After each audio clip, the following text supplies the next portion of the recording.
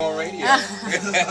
So I'm just saying, wow. You're not like feeling the album or just not a fan of the music? It's not that I'm not a fan, you know what I mean? Like, I definitely can respect her. I can respect what she's trying to do, like, really kind of Brody, you know what I mean, a male industry, and not only a male industry, but, like, you know, what men started up in hip-hop. Like, I feel like right now, you know, it's getting cloudy because of all the controversy between, like, her and Lil Kim. Oh, yeah. You know what I mean? And, like, everybody talking about, you know, Lil Kim needs to sit down and, you know... Well, what do you say about that? Yeah, what do you say about that, Chelsea?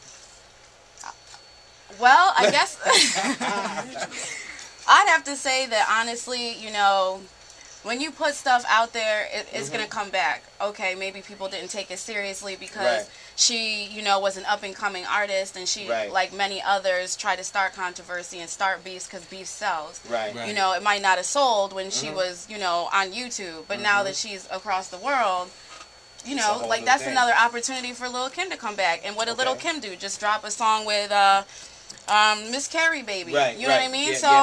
Who knows what this is all about? For real, it could be, you know, propaganda all the way around. For me, what I feel and what it's about, you know how y'all women are. Y'all can't get along. You know, brothers. No, I don't like girls, so I'm going to tell. See what I'm saying? So what it is, it's like brothers, like, you know, if I was the dude, the old school dude, and I see these brothers coming up, I ain't going to hate on them. Or if I don't like them, I just say peace and keep it moving. That's how we do it. Yeah, I'm just playing. But women, they be like, I'm just playing. No, you know what? No, I'm not talking about you. I'm talking about the beef between her and Lil Kim.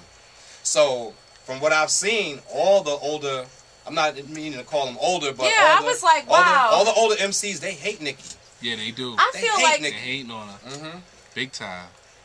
I think what she's doing is completely different than what an older MC is, whether you be male or female, is gonna look at. I mean, like, all the funny faces, like all the crazy hair, like, I mean, like, I was listening to, like, Star and Buck Wild this morning in Philly, and they were talking about all the things that she does that, like, you know, has all the female artists hating on her from, you know, she gets a mani and petty and pays for it, unlike Foxy, or, you know what I mean, she don't have a record, or, like, all different, you know, types of things. But they was, like, really bugging because they was like, she scares all of them when she pops her eyes out of her head. You know what I mean? Like, it's not...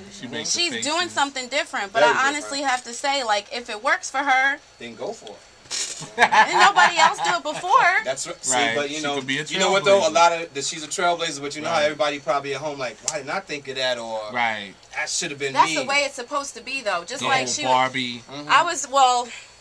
I'm not sure where the whole Barbie thing comes from, because I don't see the correlation between her and a Barbie.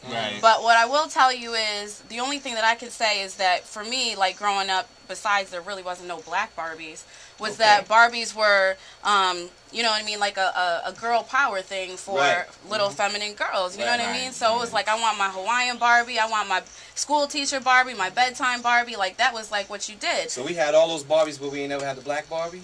Man, they had an Hawaiian Barbie. Like, they had a little They have a black Barbie? And they had a black Cabbage Patch, but they didn't really have no black Barbies, but they do now.